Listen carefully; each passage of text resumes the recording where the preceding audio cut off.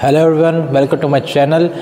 और आज की वीडियो में मैं आपके साथ एक बहुत ही सिंपल और इफेक्टिव एक्सरसाइज शेयर करने चाह रहा हूं, जिसको कि आप बैक पेन में यूज़ कर सकते हैं। आपको चाहे back pain mechanical back pain हो, मतलब कि सॉफ्ट टिश्यू, या फिर मस्कुलर इम्बैलेंस जो या मस्कुलर टाइटनेस से जो बैक पेन होता है, या फिर आपको अपनी बैक में स्टिफनेस महसूस होती है, सुबह जब आप उठते हैं तो आपको जकड़न महसूस होती है, या फिर फेसिड जॉइंट आर्थ्रोपैथी है, या फिर आपको शिएटिका टाइप सिम्टम्स हैं कि कमर का दर्द कूल्हे से होते हुए पैरों में जा रहा है। तो अगर आपको इनमें से कोई भी ये तीनों लक्षण आ रहे हैं तो आप इस एक्सरसाइज को जरूर यूज़ कर सकते हैं। इससे आपको तीनों टाइप के दर्द में ही बहुत ज़्यादा सहायता होगी।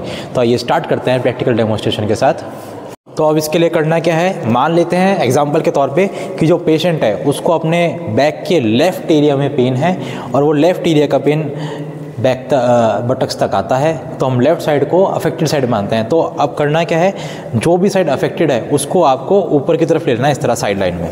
तो अब पेशेंट साइड लाइन में आ गया और पेशेंट की जो अफेक्टेड साइड है वो अपर मोस्ट है। अब इसके बाद करना क्या है, सेकंड स्टेप क्या है, अब पेशेंट को बोलना है कि जो अफेक्टेड साइड का लेग है उसको पेशेंट को बेड के बाहर इस तरह से लटका लेना है, हैंग कर लेना है, और जो नीचे का पैर है, अंडरनीथ पैर है, उसमें नी और हिप का फ्लेक्शन हो जाएगा इस तरह। अब इसमें दूसरा स्टेप क्या है पेशेंट के लिए, पेशेंट को इस अवस्था में रहना है और अपनी बॉडी को रिलैक्स छोड़ देना है।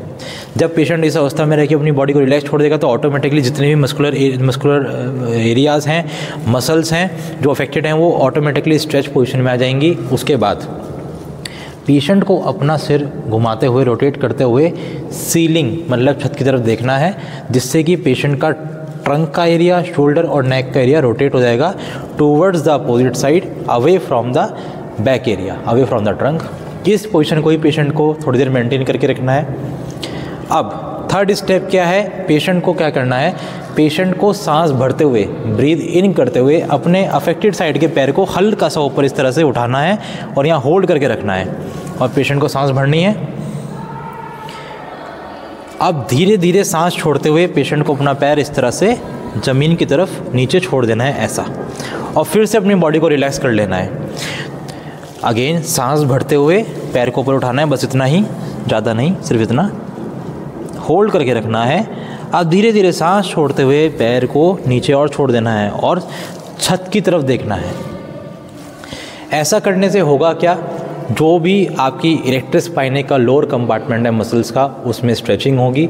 दूसरा, जो आपके फेसिड जॉइंट हैं वो ओपन अप हो जाएंगे, और दूसरा जो आपका इंटरवर्टिब्रल फोरामेन स्पेस है वो भी ओपन अप होगा। तो आपको बैक पेन अगर कमर में है, या फिर बैक पेन आपका अगर रेडिएट होकर हल्का नीचे जा रहा है, या फिर आपको बैक में स्टिफनेस महसूस हो रही है, तीनों टाइप के दर्द में ही आपको इस एक्सरसाइज को करने से राहत मिलेगी। अगर आपको लेफ्ट साइड दर्द है तो आप लेफ्ट साइड को ऊपर करके एक्सरसाइज करेंगे, राइट साइड दर्द है तो राइट साइड को ऊपर करके करेंगे। इस एक्सरसाइज को एक बारी में कम से कम 10 बार करिए, आपको इसका लाभ जरूर मिलेगा। तो आप इस एक्सरसाइज को जरूर ट्राई कीजिए। ये बिल्कुल सेफ एक्सरसाइज है और इफेक्टिव एक्सरसाइज है, और अपना फीडबैक हमको कमेंट सेक्शन में जरूर बताइए। Till then stay connected and thank you.